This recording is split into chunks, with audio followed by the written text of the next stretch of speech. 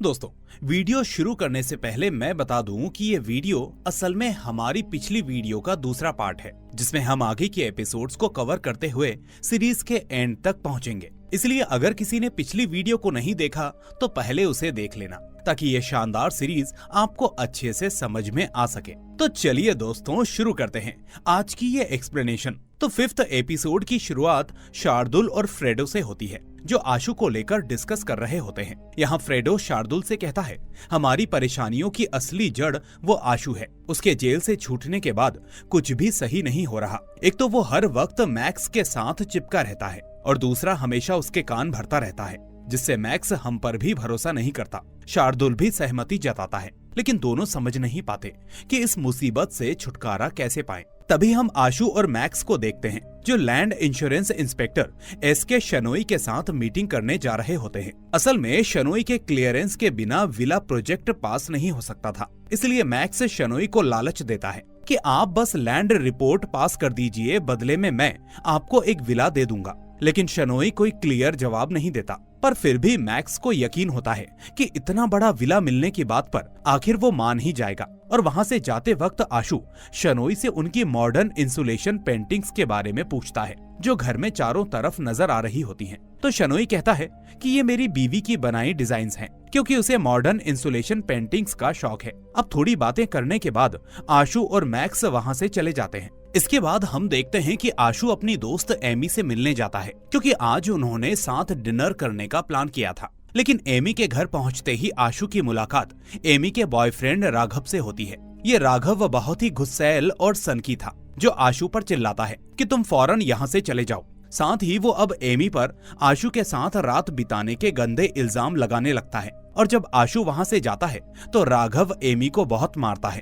और ये सब देखकर आशु ठान लेता है कि वो एमी की बेइज्जती का बदला राघव से जरूर लेगा। दूसरी ओर फ्रेडो पुलिस स्टेशन में अपने दोस्त सावंत को कॉल करके कहता है कि आशु पर नजर रखो, मुझे ये जानना है कि वो किसके साथ उठता बैठता है और कब, कहां और किससे मिलता है। इसके बाद रात को 2 पुलिस ऑफिसर्स राघव को पकड़ने आते हैं। दरअसल आशु ने 100 नंबर पर कॉल करके राघव के खिलाफ कंप्लेंट की थी कि वो अपनी गर्लफ्रेंड को टॉर्चर करता है। लेकिन आशु हैरान होता है कि एमी उन ऑफिसर्स के सामने उल्टा राघव को बचा रही होती है। ये देखकर आशु समझ जाता है कि राघव ने एमी को पूरी तरह से कंट्रोल करके रखा है, यानी अगर एमी उसके खिलाफ गवाही देती तो बाद में राघव उसे मार डालता। अब मरने के डर से एमी झूठ बोलकर ऑफिसर्स को भेज देती है। फिर आशु अपना प्लान चेंज करके राघव को दूसरी तरीके से फंसाता है। पहले वो उन ऑफिसर्स को अय्याशी के बहाने से साथ ले जाता है, और जब उनकी अच्छी दोस्ती हो जाती है तो राघव की असलियत बताकर उसे सबूत के साथ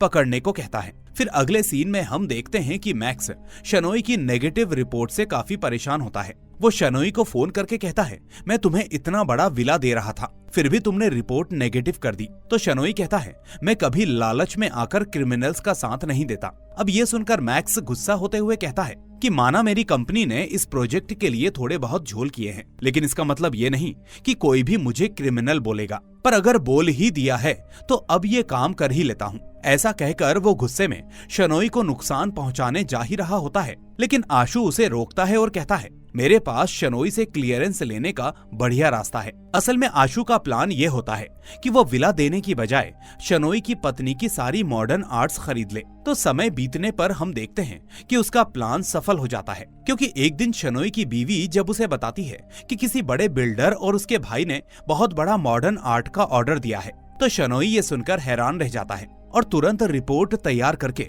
मैक्स की लैंड क्लियरेंस कंफर्म कर देता है। इसके बाद मैक्स और आशु रात में साथ में डिनर करने का प्लान बनाते हैं। अब तक आशु ने राघव का भी बंदोबस्त कर दिया था, क्योंकि पिछली रात पुलिस को राघव की गाड़ी से जहरीली दवाइयां बरामद हुई थी, जो आशु और ऑफिसर्स ने रखी थी। फिर जेल से छूटने के बाद राघव एमी को मैसेज करता है, हमारे बीच सब खत्म और अब मैं गोवा छोड़कर जा रहा हूँ। ये मैसेज पढ़कर एमी की आंखों में आंसू आ जाते हैं, लेकिन वो इस बात से खुश भी होती है कि इस दरिंदे से पीछा छूटा। इसके बाद रात को एमी और आशु मैक्स और निशा के साथ डिनर करते हैं, और यहाँ उन्हें देखकर मैक्स समझ जाता है कि उसका भाई एमी से बहुत प्यार करता है। इसके बाद जब एमी और निशा स्कूल के दिनों की बातें करती हैं, तो निशा उससे उन दिनों के बारे में पूछती है जिस पर एमी कहती है कि आशु शुरू से ही सीधा है। बचपन में हर कोई उसके हकलाने का मजाक उड़ाता था, उनमें मैक्स भी शामिल था। फिर तभी एमी और निशा दोनों के मन में ख्याल आता है कि आशु जैसा इंसान किसी का खून कैसे कर सकता है।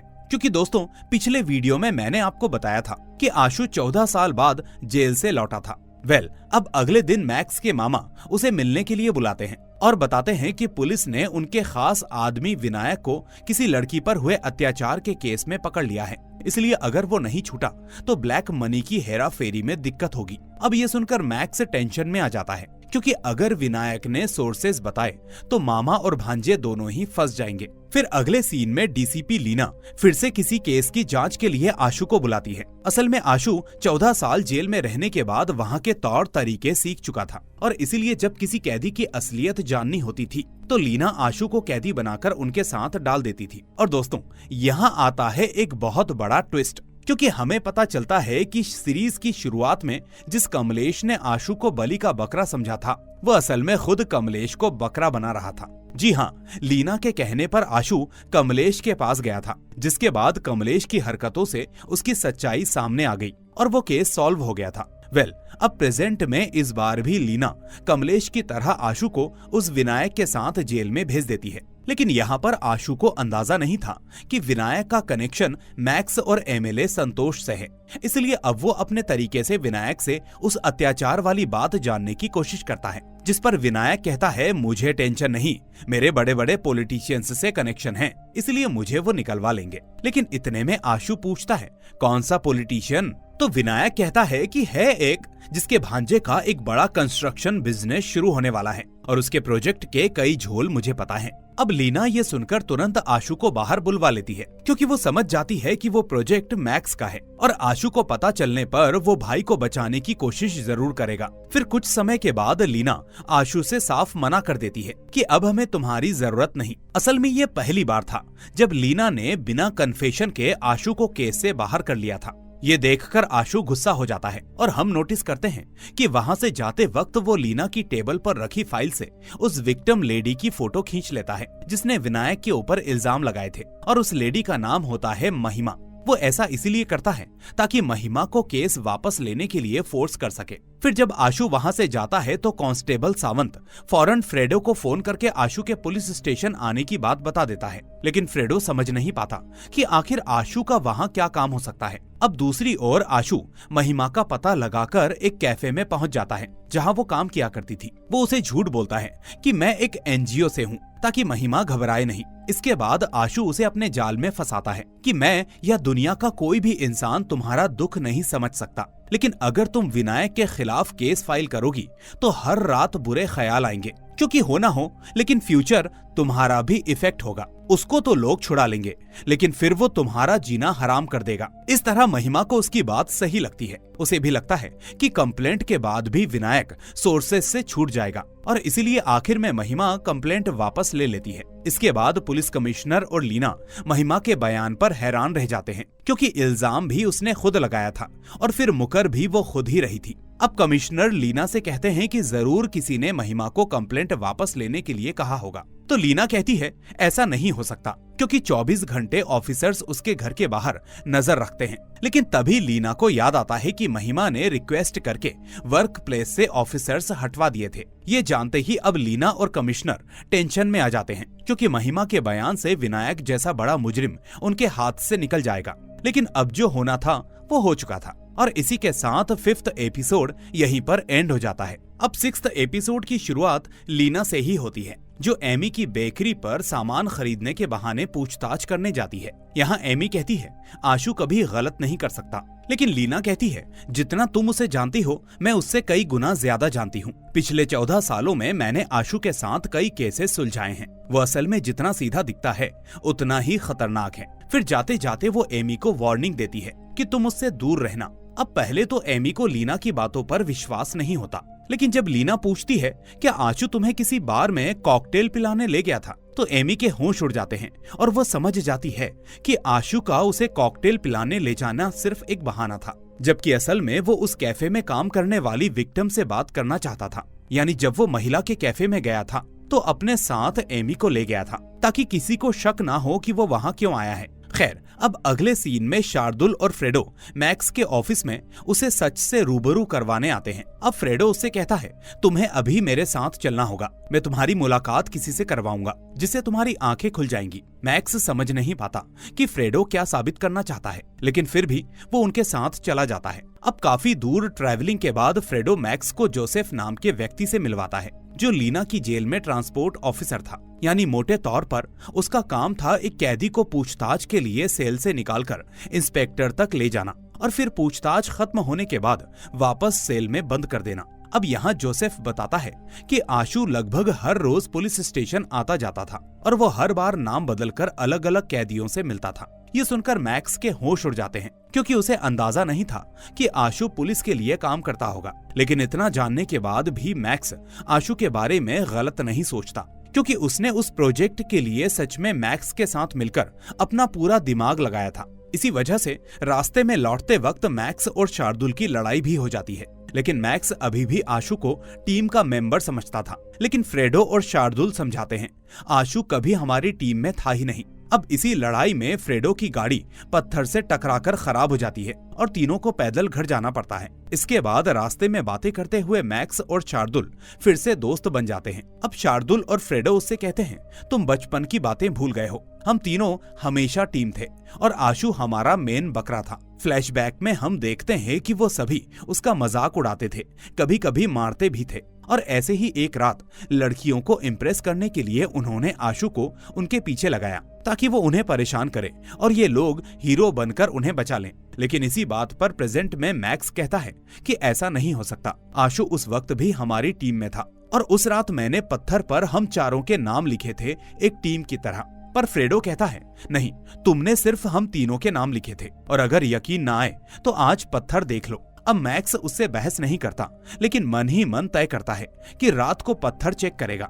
वहीं दूसरी ओर आशु मैक्स से मिलने उसके घर आता है, लेकिन मैक्स उस वक्त घर पर नहीं होता। इसलिए ईरा रिक्वेस्ट करती है कि चाचू, अगर काम ना हो तो मेरे साथ स्विमिंग पूल में खेल सकते हो। अब आशु को तो पानी से डर लगता था, इसलिए वो कई बार मना करता है, लेकिन ईरा के फोर्स करने पर वो मान जाता है। पर हम देखते हैं कि पूल में उतरते ही उसकी सांसें फूलने लगती हैं और उसे याद आता है कि कैसे बचपन में मैक्स, शार्दुल और फ्रेडो ने उसे परेशान करने के लिए पानी में डुबोया था और तब से उसका वो डर गया ही नहीं। खैर, अब इतने में निशा आशु की हालत देखकर उसे बाहर निकाल लेती है और पूछती है, तुम पानी से इतना डरते क्यों हो? तो आशु उसे मैक्स, शार्दुल और फ्रेडो वाली बात बता देता है। हालांकि वो अभी भी अपने भाई मैक्स के प्यार में पागल होता है और मैक्स का बचाव करता है कि मैक्स तो मुझे मजबूत बनाने के लिए ऐसा करता था। अब रात को निशा और आशु ड्रिंक करते हैं, जहां बातों बातों में आशु निशा को पुरानी बातें बताता है और उसके मुंह से निकल जाता है कि मैक्स 12th फेल हो गया था। ये सुनकर निशा के होश उड़ जाते हैं, क्योंकि मैक्स ने प्रपोज करते वक्त कहा था कि वो सिविल इंजीनियर है, जबकि 12th फेल लड़का सिविल इंजीनियर नहीं बन सकता। इसके बाद आशु निशा से बात करके एमी से मिलने जाता है, लेकिन एमी उससे कहती है, प्लीज यहाँ से चले जाओ, दोबारा कांटेक्ट मत करना। लेकिन आशु समझ नहीं पाता कि अचानक क्या हो गया, इसलिए वो उससे पूछता है, किसी ने कुछ कहा क्या? तो एमी उसे लीना का नाम नहीं बताती कि उसकी उससे क्या बात हुई थी। अब रात को मैक्स उस पत्थर के पास पहुंचता है और देखता है कि उस पर सिर्फ 3 नाम लिखे हैं और ये देखकर उसके होश उड़ जाते हैं और अब उसे एहसास होता है कि शार्दुल और फ्रेडो सही कह रहे थे, आशु कभी टीम में था ही नहीं और शायद इसीलिए वो उसे पसंद नहीं करता। फिर अगली सुबह आशु कहीं जा रहा होता है तो एक आदमी उसे रोकता है और कहता है कि डीसीपी लीना ने तुरंत मिलने बुलाया है। यहाँ उसके हाव भाव से आशु को शक होता है कि ये किसी और के पास ले जा रहा है, इसलिए जब वो आदमी लीना को फोन लगाता है तो आशु भी सेम टाइम पर खुद लीना को कॉल करके चेक करता है और समझ जाता है कि ये किसी और से बात कर रहा है। इसके बाद वो आदमी अपने साथियों को बुलाता है और वो लोग आशु को शार्दुल के पास ले जाते हैं। असल में ये सारा नाटक शार्दुल और फ्रेडो ने करवाया था, क्योंकि मैक्स का सपोर्ट मिलने के बाद आशु उनके लिए मायने नहीं रखता था। यहाँ शार्दुल आशु को बहुत मारता है और पूछता है, तुमने पुलिस को हमारे बारे में क्या बताया? आखिर क्यों तुम पुलिस के पास इतनी बार गए थे? तो ये सुनकर आशु उसके मुंह पर थूक देता है कि मेरा भाई मैक्स मुझे बचाने जरूर आएगा। दूसरी ओर मैक्स अपनी फैमिली और बिजनेस रिलेशंस को लेकर परेशान होता है। एक तरफ उसे ईरा और निशा पर ध्यान देना है और दूसरी तरफ आशु, शार्दुल और फ्रेडो ने उसे परेशान करके रखा है। उसे समझ नहीं आ रहा होता कि वो किसका साथ दे और कितना साथ दे। अब आज ईरा का परफॉर्मेंस होता है, इसलिए मैक्स काम छोड़कर स्कूल के लिए जाता है। लेकिन ठीक 1 मिनट पहले वहाँ मामा जी का कॉल आता है और उसे परफॉर्मेंस मिस करके जाना पड़ता है। ये सब निशा के लिए अब बर्दाश्त से बाहर हो जाता है और वो मैक्स से कहती है, तुम मुझे कभी कुछ नहीं बताते और तुमने झूठ बोला कि तुम एक सिविल इंजीनियर हो। ये सुनकर मैक्स समझ जाता है कि आशु ने सब कुछ बता दिया होगा और अब उसके मन में आशु के प्रति बची आखिरी हमदर्दी भी खत्म हो जाती है। फिर घर आने पर वो निशा से माफी मांगता है कि अगर उस दिन सच बोलता तो तुम मुझसे शादी नहीं करती। लेकिन निशा सुनने के मूड में नहीं होती और तभी मैक्स के पास फ्रेडो का फोन आता है कि तुम जहाँ हो तुरंत मेरी लोकेशन पर पहुँचो, यहाँ गड़बड़ हो गई है। अब ये गड़बड़ क्या थी ये हमें अगले एपिसोड में देखने को मिलेगा। अब 7वें एपिसोड की शुरुआत में हम देखते हैं कि मैक्स फौरन फ्रेडो की बताई हुई लोकेशन पर पहुंचता है। अब वहां पहुंचते ही शार्दुल और फ्रेडो उसे कुछ बताते हैं, जिसके बाद मैक्स उन दोनों को बाहर भेज देता है ताकि वो आशु से अकेले में बात कर सके। अब मैक्स प्यार से पूछता है, तुमने हमारे बारे में पुलिस को क्या बताया? तो आशु कहता है, कुछ नहीं, मैंने कुछ नहीं बताया। असल में मैंने शार्दुल और फ्रेडो को बेवकूफ बनाया था। अब आशु का जवाब सुनकर मैक्स हैरान रह जाता है, क्योंकि इतनी मार खाने के बाद भी आशु हंस रहा होता है, जो उसके मैक्स से प्यार को दिखाता है। इसके बाद आशु सच्चाई बताना शुरू करता है कि मैंने सब कुछ तुम्हारे लिए किया।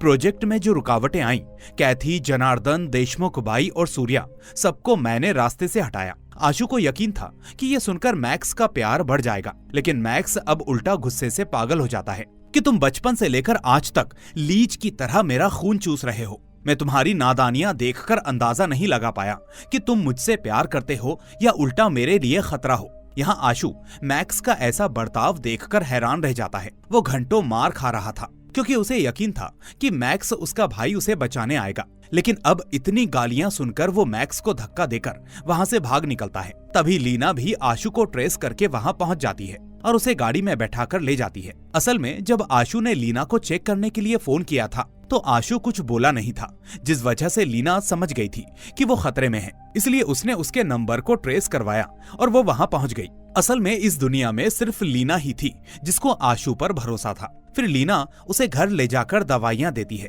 और खाना खाते वक्त समझाती है कि मैक्स पर इतना भरोसा नहीं करना चाहिए था। उधर मैक्स निशा और मामा जी को आशु की असलियत बताता है, जिसके बाद उसका मामा संतोष पूछता है कि कहीं आशु हमारे खिलाफ गवाही तो नहीं देगा। तो मैक्स कहता है, नहीं, वो ऐसा नहीं करेगा। असल में मैक्स को अभी भी यकीन था कि आशु उसे नुकसान नहीं पहुंचाएगा, लेकिन आशु की हालत कुछ और बयां कर रही थी, क्योंकि लीना की गैर मौजूदगी में आशु अपना आपा खो देता है और इसके बाद आशु तय करता है कि आज रात वो मैक्स का खेल खत्म कर देगा। दूसरी तरफ हम देखते हैं कि मैक्स का विला प्रोजेक्ट पास हो चुका था और सभी बड़े ऑफिसर्स सहमत थे कि ये प्रोजेक्ट तरक्की करेगा और इसी खुशी में मैक्स और निशा एक बड़ी पार्टी ऑर्गेनाइज करते हैं। और उधर जब रात को लीना घर आती है तो आशु चुपचाप उसकी गन चुराकर मैक्स की पार्टी में पहुंच जाता है। फिर वो सही मौके का इंतजार करता है कि मैक्स बाहर आए और वो उसे खत्म कर दे। अब उसे वो मौका मिल भी जाता है, लेकिन इतने में शार्दुल उसे देख लेता है और आशु को भागना पड़ता है। इस वक्त अगर शार्दुल पकड़ लेता तो मैक्स, शार्दुल और फ्रेडो आशु का खेल खत्म कर देते। लेकिन उधर लीना को अपनी गन के बारे में पता चलते ही वो आशु को रोकने पहुंच जाती है। इधर आशु उसके साथ गाड़ी में बैठकर भाग निकलता है, जहां रास्ते में लीना उसे समझाती है कि अपने गुस्से को पालना सीखो। मुझे पता है तुम मैक्स को लेकर परेशान हो, लेकिन अगर उसे मारोगे तो जिंदगी जेल में जाएगी। अब आशु कहता है, मैक्स को मारने के बाद मैं खुद को भी खत्म कर दूंगा, क्योंकि मेरी दुनिया मेरा भाई है। जब वो नहीं रहेगा तो मैं भी नहीं रहूंगा। लेकिन लीना कहती है कि ये जंग हमें उसको मारकर नहीं बल्कि लीगल तरीके से जीतनी है। असल में वो दोनों जानते थे कि मैक्स ने प्रोजेक्ट पास करवाने के लिए कई झूल किए हैं, इसलिए अगर आशु वो सीक्रेट्स पब्लिक कर देगा तो मैक्स बर्बाद हो जाएगा। तो अब लीना उसको यही करने को कहती है और आशु को भी ये आइडिया पसंद आता है। अगली सुबह लीना कमिश्नर से बात करती है और प्लान बताती है। फिर आशु मैक्स को फंसाने के लिए यूपीसी मेंबर गैब्रियल के पास जाता है और कहता है, पुलिस ने मुझे मारा और उगलवा लिया कि आपने मैक्स का प्रोजेक्ट पास करवाने के लिए रिश्वत ली थी। हालांकि आशु ने यह बात ऐसे ही अपने मन से कही थी, लेकिन गैब्रियल के हाव भाव से उसे लगता है कि तीर निशाने पर बैठा है। इसके बाद वो लीना को बताता है, जिसके बाद लीना एक ऑफिसर को गैब्रियल का बैंक अकाउंट चेक करने को कहती है।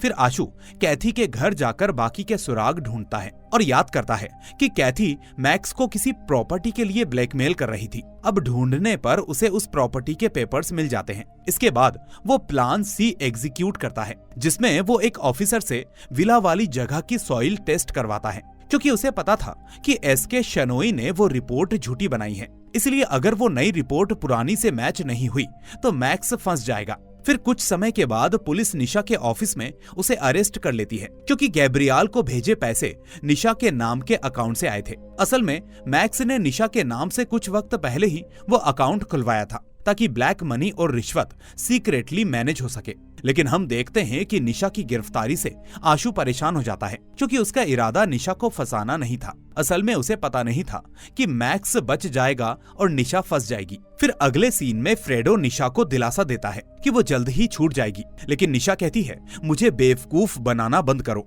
मुझे अब समझ में आ चुका है कि तुम, शार्दुल और मैक्स मेरे जरिए क्या क्या करते हो। अब पूछताछ के बाद बाहर आने पर निशा मैक्स से बात करना बंद कर देती है, और तभी अचानक आशु अपने भाई मैक्स को कॉल करके कहता है कि मैं तुमसे अभी मिलना चाहता हूँ। ये सब देखकर मैक्स समझ चुका था कि इस सब में आशु शामिल है, इसलिए वो भी उससे मिलकर हिसाब चुकाना चाहता था। और इसी के साथ ये एपिसोड भी यहीं पर एंड हो जाता है। दोस्तों, अब ये आखिरी एपिसोड बहुत ही इंटरेस्टिंग होने वाला है, इसलिए मेरी आपसे रिक्वेस्ट है कि अगर आप लोग यहाँ तक आ गए हो तो अभी के अभी वीडियो को लाइक कर दो, और हो सके तो हाइप भी कर दो, ताकि नए लोगों तक हमारे चैनल की रीच पहुंच सके।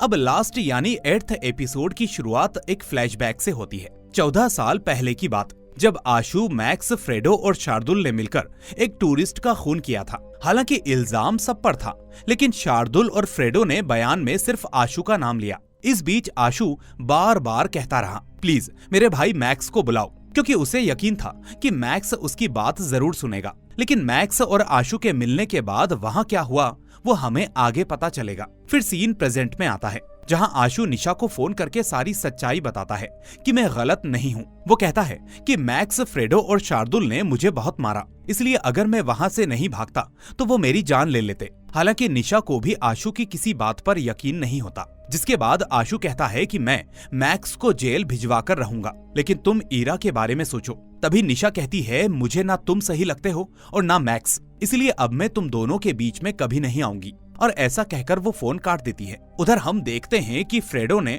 निशा को छुड़वाने के लिए कई इल्जाम अपने सिर पर ले लिए थे, लेकिन इसके बावजूद वो जैसे तैसे जेल से छूटकर मैक्स के पास आता है। पर मैक्स उसे देखकर खुश नहीं होता, क्योंकि फ्रेडो ने कहा था कि निशा को छुड़वाने में समय लगेगा, जबकि निशा बेगुनाह थी। और वहीं फ्रेडो, जिसको सब कुछ पता है, आखिर वो इतनी जल्दी कैसे छूट गया। असल में अब मैक्स को शक होता है कि या तो फ्रेडो ने पुलिस को सब कुछ बता दिया या उसका फोन टैप है। तभी फ्रेडो कहता है कि तुम मेरे बारे में ऐसा कैसे कह सकते हो, लेकिन मैक्स बिना जवाब दिए उसे वहां से जाने को कहता है। फिर रात को आशु लीना को बताता है कि मुझे मैक्स की कंपनी के बारे में एक बड़ी बात पता चली है। दरअसल कैथी के घर मिले प्रॉपर्टी डॉक्यूमेंट्स कैथी के नहीं, बल्कि किसी पूनम झा के नाम की महिला के थे। यानी कैथी बनकर वो पूनम ही मैक्स को धमकी दे रही थी, ताकि कैथी का हिस्सा उसे मिल जाए। ये सुनकर लीना हैरान रह जाती है, क्योंकि ये जानकारी ना तो पुलिस को थी और ना ही मैक्स को। अब अगली सुबह लीना कमिश्नर को पूनम झा के बारे में बताती है, तो कमिश्नर कहते हैं इससे आइडेंटिटी और फ्रॉड केस बनाएंगे, ताकि मैक्स डेवलपर्स का पलड़ा कमजोर हो। वहीं दूसरी ओर आशु अब एमी से मिलने जाता है, तो शार्दुल के आदमी उसे देख लेते हैं और शार्दुल को फौरन इस बारे में फोन करते हैं कि आशु मिल गया है। अब शार्दुल फौरन आशु का पीछा करते करते कैथी के घर के बाहर पहुंचता है, और थोड़ी देर बाद वो देखता है कि आशु ने वहां 2 गैस सिलेंडर मंगवाए हैं। ये देखकर शार्दुल समझ नहीं पाता कि आशु इनका क्या करेगा, लेकिन आशु के जाने के बाद शार्दुल उस घर के अंदर घुसता है और देखता है कि सिलेंडर के अलावा वहां मिट्टी का तेल भी है। ये देखकर वो समझ जाता है कि आशु यहाँ पर ब्लास्ट करने वाला है। अब यही बात वो मैक्स को बताता है, लेकिन किसी को अंदाजा नहीं कि आशु सबके साथ गेम खेल रहा है, क्योंकि आशु ना तो लीना का सगा है और ना ही मैक्स का। अब डिनर पर आशु लीना से कहता है कि हमें मैक्स को फंसाने के लिए फ्रेडो का इस्तेमाल करना होगा, जिसके लिए हमें उसे लालच देकर कैथी के घर बुलाना होगा और फिर इमोशनली बहकाकर उससे सच उगलवाना होगा। अब लीना को ये आइडिया पसंद आता है जिसके बाद वो अगली सुबह ऑफिसर पदनेकर से फ्रेडो को कैथी के घर बुलवाती है। लेकिन तभी आशु अपना दूसरा प्लान चलाता है। वो ठीक उसी टाइम पर मैक्स को फोन करके कैथी के घर मिलने बुलाता है। यहाँ आशु जानता था कि कैथी का घर सुनते ही शार्दुल चौंक जाएगा। अब फोन काटने के बाद शार्दुल मैक्स से कहता है कि प्लीज वहां मत जाना, वो वहां पर ब्लास्ट करने वाला है, इसीलिए तुम मसाज पार्लर जाकर चिल करो, मैं आशु को देख लूंगा। यानी जैसा आशु ने सोचा था ठीक वैसा होता है। इसका मतलब फ्रेडो और पदनेकर कैथी के घर मीटिंग कर रहे होते हैं और तभी शार्दुल चुपचाप घुस जाता है। अब उसे लगता है कि वहां आशु है, इसलिए वो फौरन सिलेंडर की गैस लीक करके और आग लगाकर वहां से भाग जाता है। फिर मिनटों में तेज धमाके से पदनेकर की मौत हो जाती है, जबकि फ्रेडो गंभीर चोटों से कोमा में चला जाता है। ये सब आशु दूर से रिकॉर्ड कर रहा होता है ताकि साबित कर सके कि कैथी के घर आग शार्दुल ने लगाई। लेकिन फिलहाल हम देखते हैं कि वो वीडियो डायरेक्ट पुलिस को भी नहीं भेजता, बल्कि सिर्फ शार्दुल और निशा को भेजता है। वो भी शार्दुल को डराने के लिए, ताकि वो शहर से गायब हो जाए और इल्जाम मैक्स पर आए कि उसने उससे वो काम करवाया होगा, और निशा को वीडियो भेजी मैक्स की सच्चाई बताने के लिए।